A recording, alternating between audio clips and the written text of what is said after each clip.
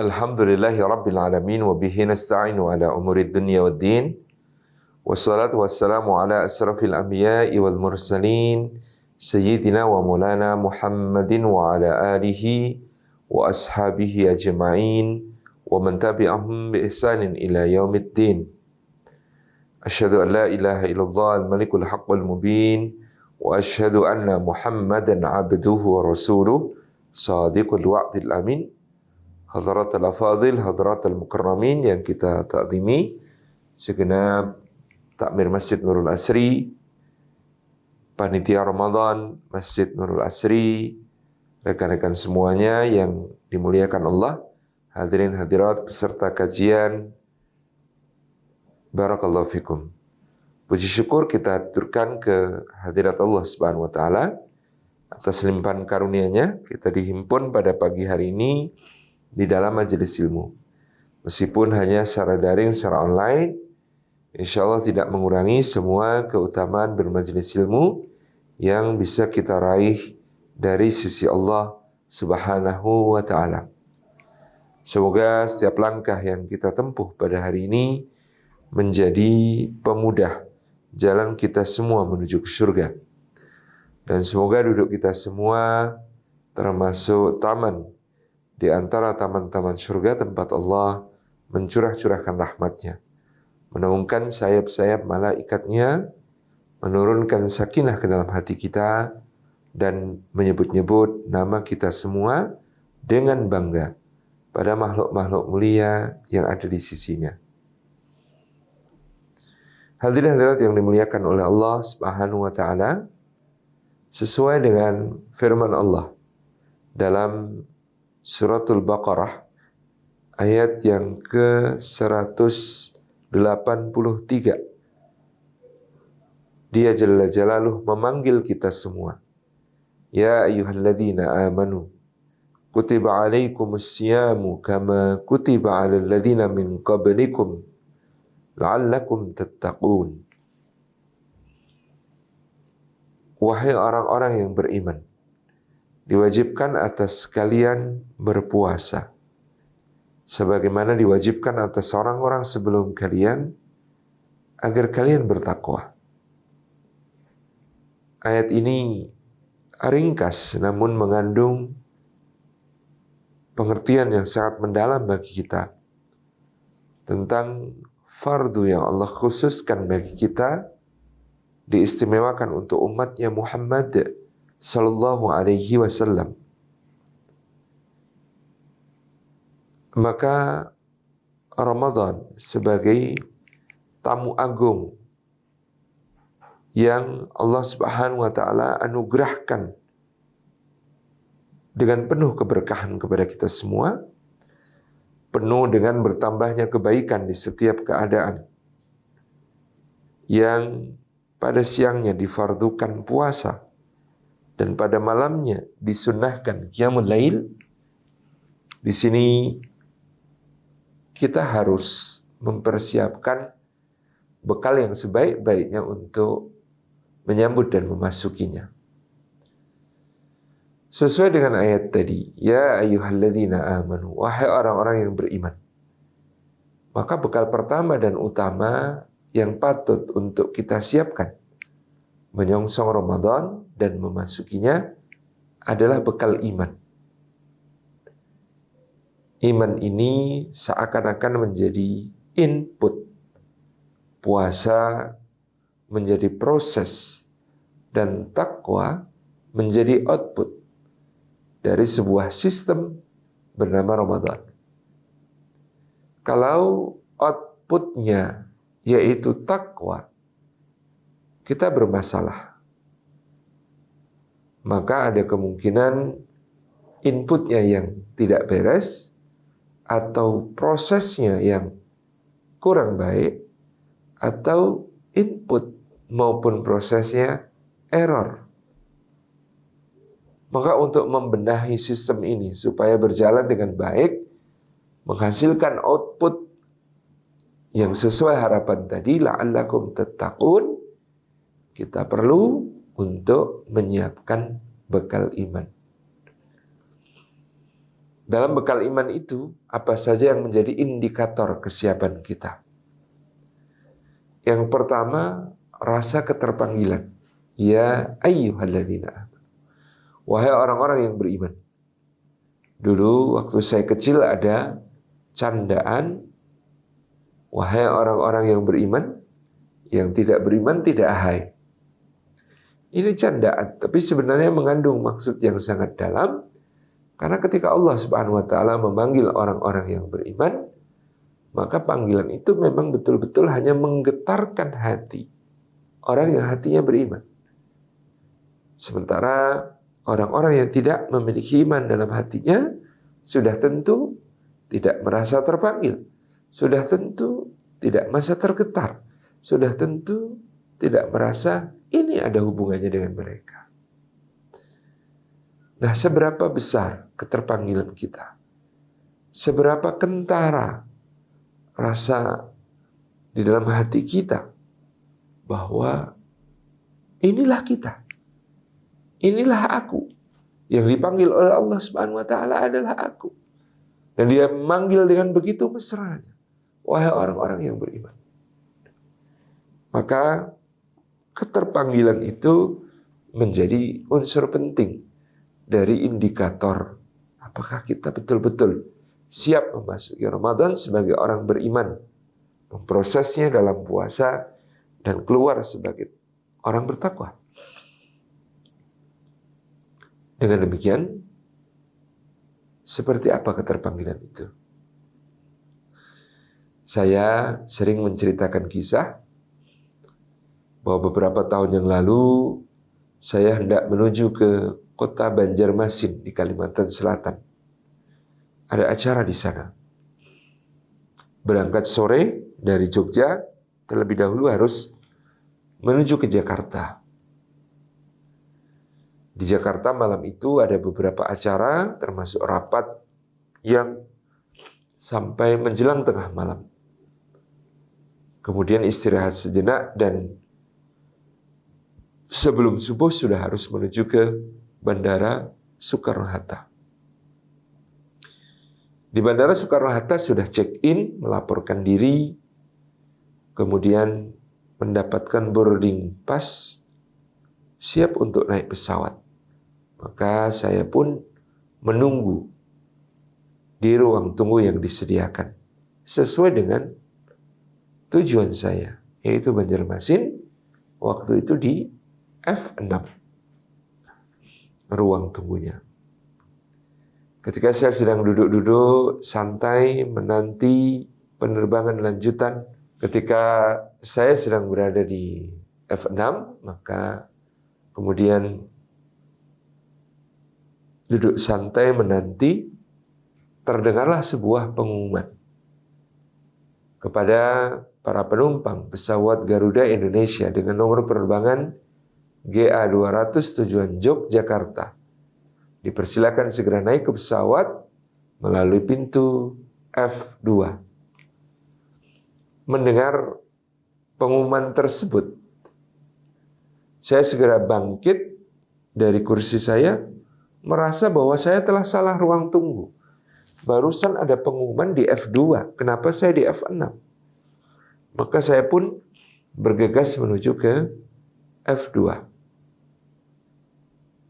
Di sana saya ikut antri bersama para penumpang lain.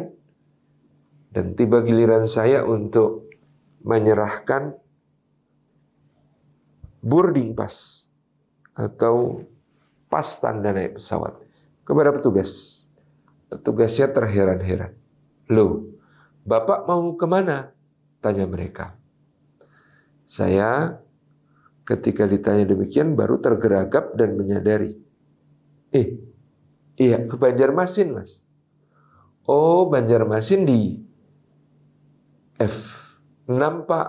Bukan di sini. Ini untuk yang ke Jogja. Oh, iya. Maaf, Mas. Oke. Saya ke F6 lagi. Segera.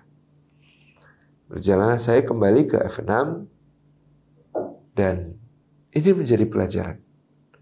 Saya kan mau ke Banjarmasin. Kenapa saya ikut antrian orang-orang yang mau ke Jogja?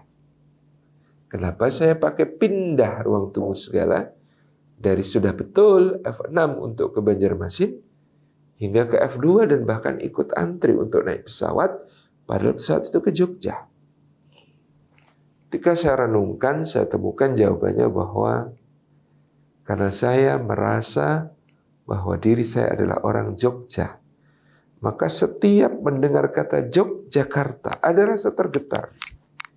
Maka setiap ada panggilan tentang Yogyakarta, saya merasa itulah saya dipanggil.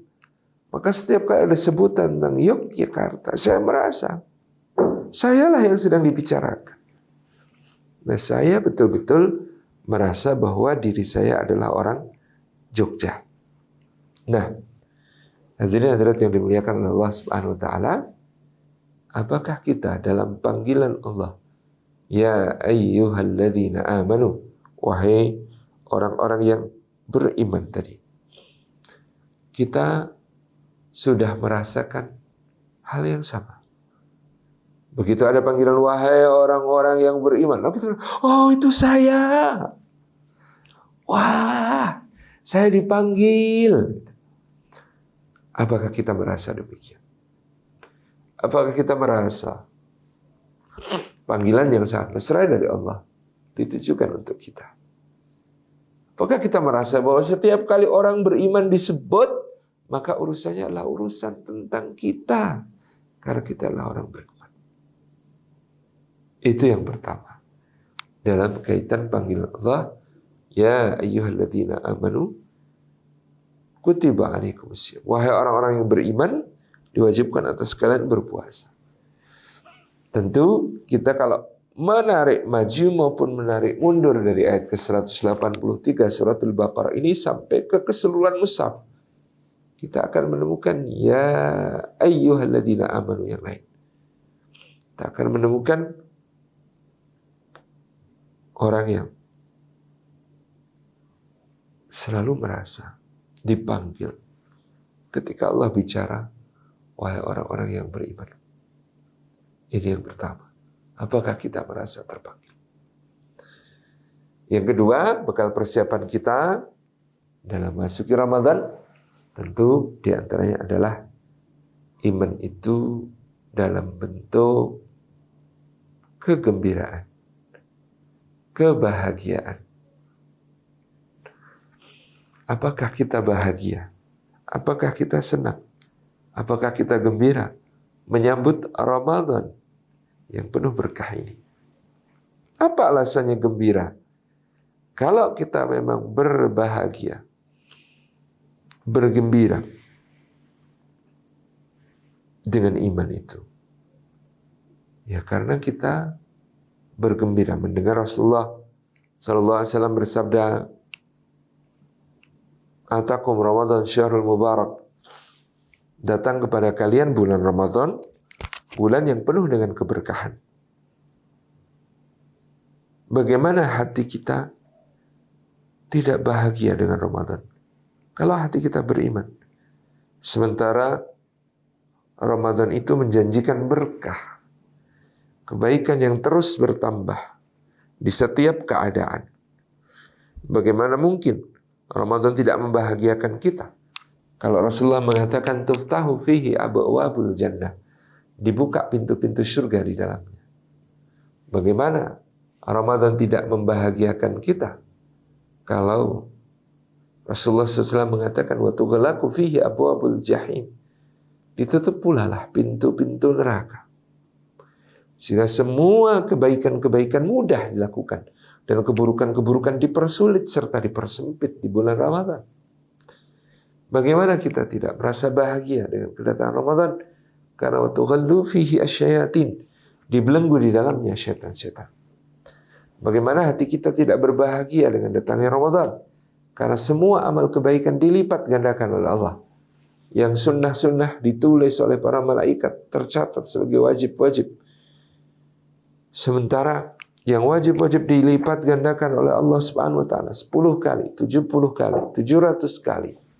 Dan seterusnya. Bagaimana kita tidak berbahagia dengan bulan Ramadan sementara ampunan Allah Subhanahu wa taala dibentangkan untuk kita semua. Di siang harinya, berpuasa dengan iman dan ihtisab akan menjadikan kita diampuni semua dosa yang telah lalu. Di malamnya demikian pula orang yang qiyamul lail karena Allah dan ihtisab, maka akan diampuni semua dosa yang telah lalu. Bagaimana kita tidak gembira, tidak bahagia kalau dalam Ramadan itu doa-doa kita mustajabah. Doa-doa kita di waktu sahur, ketika Allah turun ke langit dunia dan mendengarkan secara khusus doa-doa kita.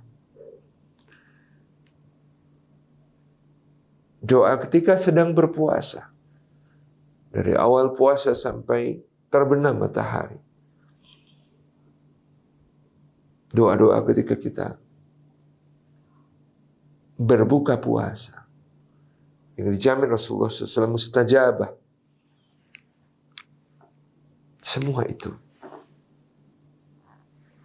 menggembirakan kita, membahagiakan kita. Maka apakah kita bahagia memasuki bulan Ramadan? Apakah kita gembira memasuki bulan Ramadan? Itu sebuah hal yang menjadi indikator kesiapan kita juga untuk berada di bulan Ramadan. Dan kebahagiaan ini tentu betul-betul karena iman. Bukan bahagia memasuki Ramadan, karena di bulan Ramadan omsetnya meningkat. Karena di bulan Ramadan jualannya lebih laku. Karena di bulan Ramadan ada kebaikan-kebaikan yang begitu besar, yang kita sangat harapkan tadi. Barokah. Bagaimana kita tidak bahagia karena di dalam bulan Ramadan terdapat satu malam yang khairu min alfi sahar, lebih baik daripada 1000 bulan. Yang pertama terpanggil, yang kedua bahagia. Yang ketiga, wahai orang-orang yang beriman, maka dengan keimanan itu dia mempersiapkan diri. Dia memahami apa yang menjadi tujuan dari puasanya. Telah kita singgung bahwa goalsnya satu adalah la'allakum tattaqun. Yang kedua adalah wala'allakum tashkurun. Yang ketiga adalah la'allahum yarsyudun. Di ayat ke-183 Allah mengatakan la'allakum tattaqun, supaya kalian bertakwa. Ketika kita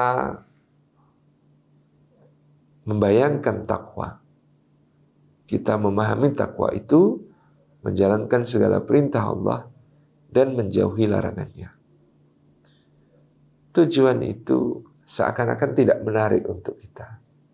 Tapi orang yang beriman kemudian memahami bahwa ketika Allah mengatakan la'allakum tattaqun, supaya kalian bertakwa, dia ingat surah Al-Hujurat di mana Allah mengatakan inna akramakum indallahi atqakum, sesungguhnya yang paling mulia di antara kalian di sisi Allah adalah orang yang paling bertakwa.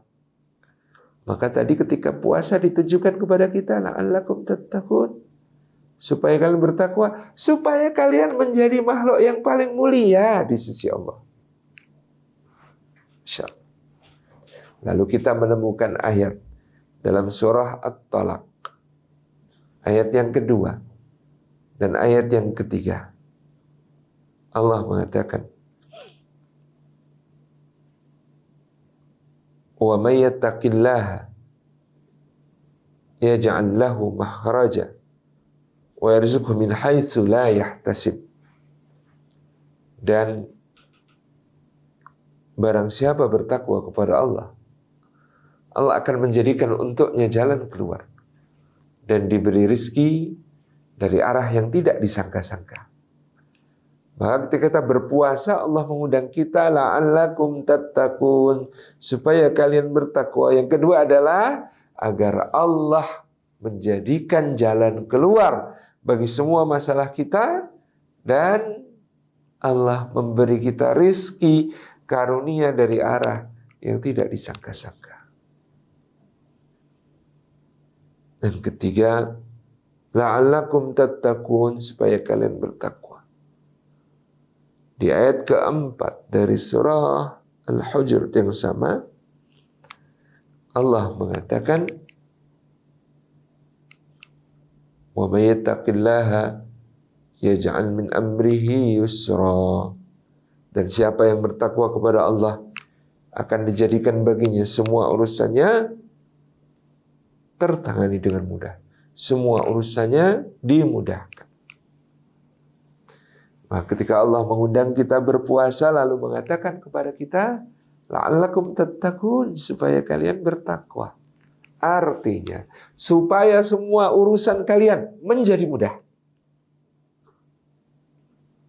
Lalu kita menemukan ayat lain, in tattaqullaha yaj'al lakum furqana.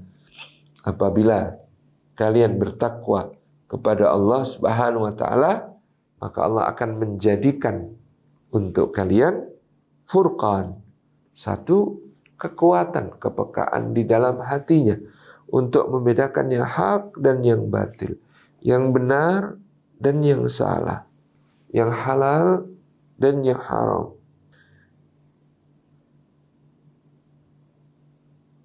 Yang terpuji, yang tercela. Ini sebuah anugerah yang sangat besar. Karena berarti dengan anugerah Furqan, kita akan selalu mampu dengan cepat mengenali apakah ini kebenaran, apakah ini kebaikan, apakah ini sesuatu yang sudah on the track atau belum. In tattaqullah yaj'al lakum furqan. Kemudian kita semua dengan demikian mendapatkan anugerah. Ketika Allah mengatakan la'allakum tattaqun, Allah mengatakan ala inna awliya illah alladzina amanu wa hum yattaqun.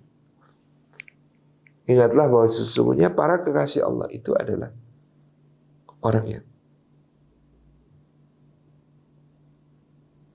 beriman kepada Allah dan mereka bertakwa. Jadi la'allakum tattaqun, agar kalian menjadi kekasih Allah. Masya Allah.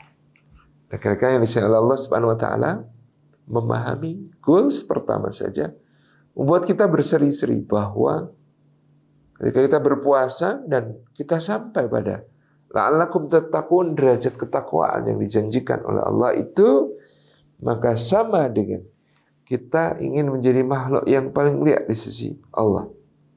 Kita ingin seluruh urusan kita dijadikan jalan keluar dan diberi rezeki dari arah yang tidak disangka-sangka. Kita sangat ingin bahwa kita menjadi orang yang mendapatkan furqan, bimbingan di dalam membedakan hak batil, hal haram dan seterusnya. Dan kita bertakwa kepada Allah agar kita menjadi kekasih-kekasih Allah, orang yang disayangi oleh Subhanahu wa ta'ala. Inilah la'allakum tattaqun.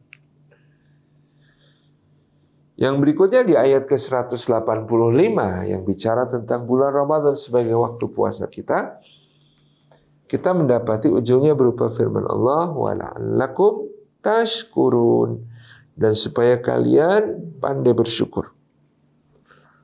Karena bersyukur ini juga dijadikan goals oleh Allah dalam ibadah puasa kita. Di wa la'allakum tashkurun, dan supaya kalian bersyukur kepada Allah. Kalau bertakwa tadi kita rasakan dengan adanya muraqabatullah. Ya. Puasa itu melatih muraqabah kita.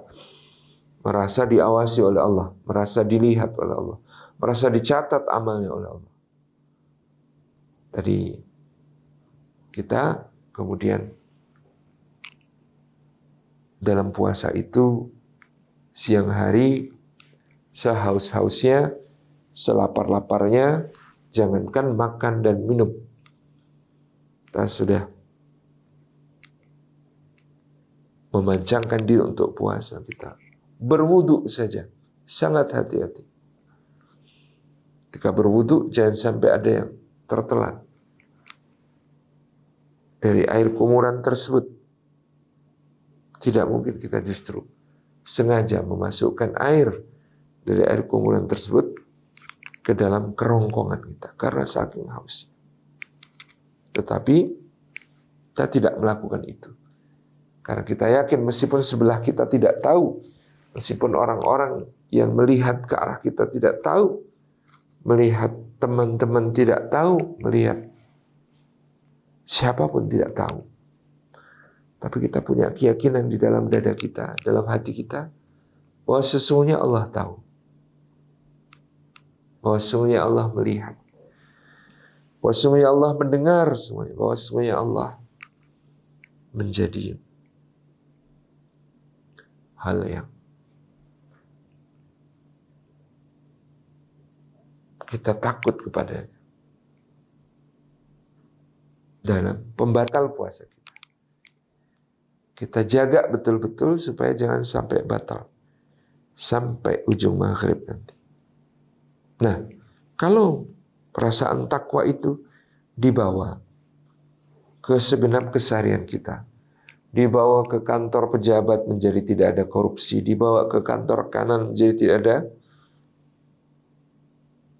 suap menyuap. Kalau dibawa ke pasar tidak ada yang curang, tidak ada yang mengakali takaran dan timbangan. Kalau dibawa ke sekolah tidak ada yang nyontek. Kalau dibawa ke rumah tangga maka setia satu sama lain dan seterusnya. Itulah takwa. Nah, yang kedua ini wala'allakum tashkurun, supaya kita pandai bersyukur. Maka kita dilatih oleh Allah untuk bersyukur, misalnya dengan menunjukkan kepada kita betapa sesuatu yang kita anggap kecil, sederhana, remeh selama ini, ya, kegunaannya sangat besar, manfaatnya sangat besar.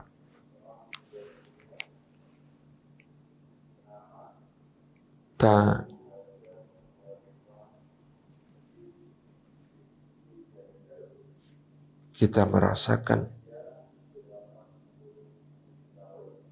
ketika menjelang buka puasa, apalagi kita datang ke pusat jajanan, ke pasar sore dan lain sebagainya. Semua seakan ingin dibeli, semua ingin dinikmati, nanti akan bisa dimakan semuanya. Es dawetnya, es cendolnya, es buahnya, es campurnya, kolaknya, gorengannya, risolnya, lumpianya, semuanya kita ingin makan. Tapi nanti ketika tiba waktunya berbuka puasa, ternyata seteguk air pun sudah cukup. Seteguk air pun sudah bisa membuat kita merasa sangat nikmat. Dhahabat dhama'u wa btalatil uruq wa sabatal ajru insyaallah. Dan berdoa, telah hilang segala dahaga dan telah basah kerongkongan kita dan telah tertetapkan pahalanya. Kita mengatakan yang demikian. Kita mensyukuri betul air putih yang ternyata sangat istimewa karena Allah yang luar biasa. Nah, kalau kita pandai bersyukur, tentu kita sudah mengetahui ketika Allah wala'allakum tashkurun memanggil kita dalam puasa kita, dalam Ramadan kita, supaya kita pandai bersyukur, maka dengan syukur itu, dengan mentaati Allah, dengan menyebut-nyebut Allah Sang Maha Pemberi, menggunakan dalam nikmat untuk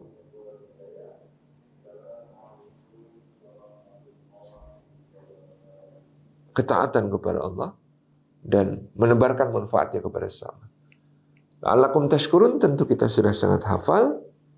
Kita dipanggil oleh Allah sebenarnya dalam puasa ini untuk menjadi orang yang ditambah-tambah nikmatnya oleh Allah. Wala'allakum tashkurun, dan nanti akan dapat tambah. Kemudian yang selanjutnya, kira-kira insyaallah ayat ke-186, la'allahum yarshudun, supaya mereka mendapatkan bimbingan Allah. Kalau sudah mendapatkan bimbingan Allah Subhanahu wa taala, maka menjadilah kita kekasihnya Allah. Jadi ketika Allah mengatakan la'allahum yarshudun, mudah-mudahan mereka mendapatkan bimbingan dari Allah Subhanahu wa taala. Ya, seperti yang digambarkan dalam hadis qudsi. Allah berfirman, aku memerangi orang yang memusuhi kekasih-kekasihku, wali-waliku. Siapakah wali-walinya Allah itu? Allah Subhanahu wa taala menjelaskan, hambaku yang mendekatkan diri kepadaku dengan amalan-amalan yang paling aku cintai, yaitu yang fardu.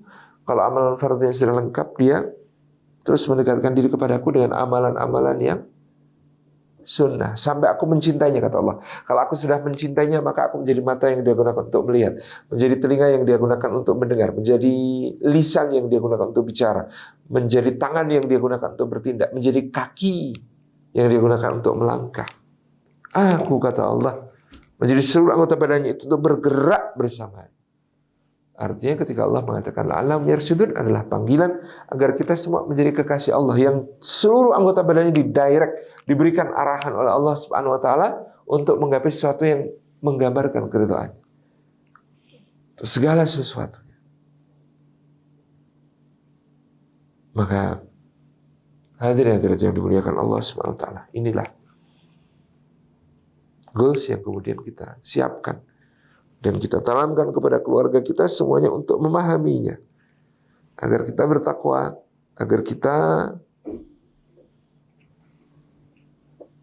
bersyukur, dan agar kita mendapatkan bimbingan dari Allah Subhanahu wa taala.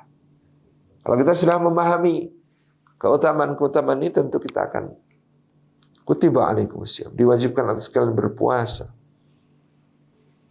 sebagaimana diwajibkan atas orang-orang sebelum kalian. Awqatan wa kaifiyatan, dalam waktunya maupun tata caranya pada saat itu. Maka yang berikutnya dipersiapkan bekalnya adalah ilmu. Setelah iman, kita mempersiapkan bekal ilmu untuk masuk ke Ramadan. Maka kita sudah membuka kembali buku fikih Ramadan kita. Maka kita sudah menyimak kembali penuturan tentang hukum-hukum seputar Ramadan dari guru-guru kita. Apakah kita sudah mengikuti kajian yang membahas fikih-fikih Syam ini? Apakah kita sudah menghafal apa syarat sahnya ibadah puasa kita? Apakah kita sudah menghafal apa yang menjadi pembandingnya? Apakah kita sudah memahami apa saja pembatal-pembatal puasa itu? Apakah kita sudah sejak kecil menghafal apa saja sunnah-sunnah puasa itu? Apakah kita sudah mengetahui bagaimana fikih salat malam di bulan Ramadan itu? Apakah kita sudah mengetahui kenapa ada orang yang dengan dalil meneguhkan 11 rakaatnya atau 23 rakaatnya atau bahkan 37? Dan ini semuanya adalah ilmu yang sangat penting untuk kita kuasai, karena kita ingin berilmu amaliyah, beramalnya pun ilmiah, supaya on the track, ghairil maghdubi alaihim waladhdallin. Karena on the track tadi di dalam mengemudi hati menuju Allah Subhanahu wa taala di siratil mustaqim, di jalan yang lurus.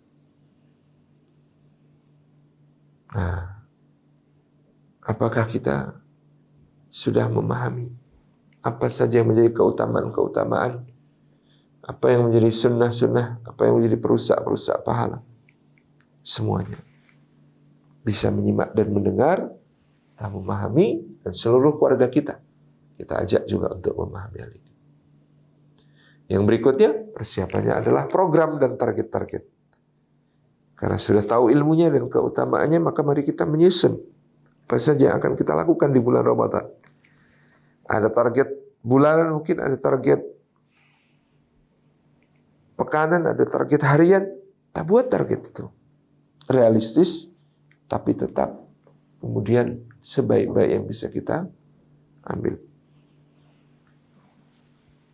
Nah, apa saja target kita? Ada target pribadi tentu, ada target keluarga.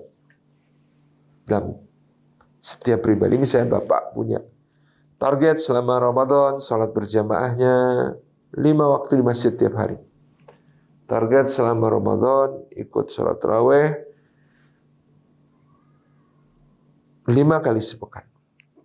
Setiap hari di bulan Ramadan, mengisi kotak infak minimal Rp5.000 atau Rp50.000 katakan. Sepanjang bulan Ramadan sesuai dengan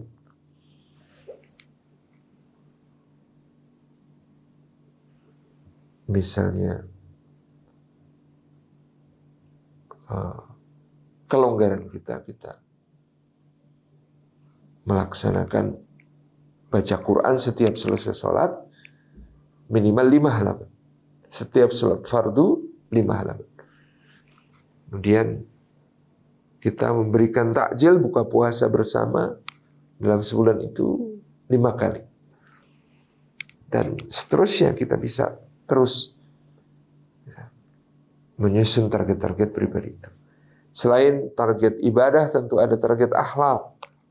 Target akhlak itu berarti apa yang ingin kita bereskan di bulan Ramadan. Oh, saya masih suka bergunjing. Oke, Ramadan janji sebulan membentuk kebiasaan baru, tidak terlibat dalam pergunjingan. Oh, saya punya target. Semuanya dirumuskan bersama-sama. Lalu ada target bersama keluarga yang perlu dimusyawarahkan. Target bersama keluarga untuk disepakati. Bahwa misalnya ada tadarus bareng. Setiap hari paling tidak 30 menit katakanlah di antara anggota keluarga. Ada program sahur yang kemudian harus seceria mungkin untuk sambil mengenalkan kepada anak-anak kita bahwa Ramadan ini memang membahagiakan. Ada ta'lif qabla ta'rif wa ta'rif qabla taklif. Mengantarkan anak ini menjadi mukallaf, menjadi seorang yang balik, ya. Tentu menjadi sebuah PR tersendiri, termasuk bagaimana tadi mengkondisifkan keluarga. Karena mereka anak-anak kita peniru ulung, maka kita menikmati Ramadan itu dengan bahagia. Menikmati rukuk dan sujud bahagia. Menikmati sampai buka puasa dengan bahagia. Seterusnya. Dalam berbagai suku yang lain pun ada tradisi mewariskan kebaikan-kebaikan yang demikian. Nah, hadirin-hadirat yang dimuliakan oleh Allah Subhanahu wa ta'ala, maka inilah yang akan kita capai dengan bekal-bekal tadi di dalam bulan Ramadan kita. Dari sejak bekal iman, bekal ilmu, dan goals-goals yang hendaknya kita raih di bulan Ramadan ini. Di sepanjang memanfaatkan momentum-momentum yang istimewa di bulan Ramadan. Saya kira itu sebagai pembuka diskusi kita. Mungkin nanti ada yang bertanya lebih lanjut. Jazakumullah khairan. Wassalamualaikum warahmatullahi wabarakatuh.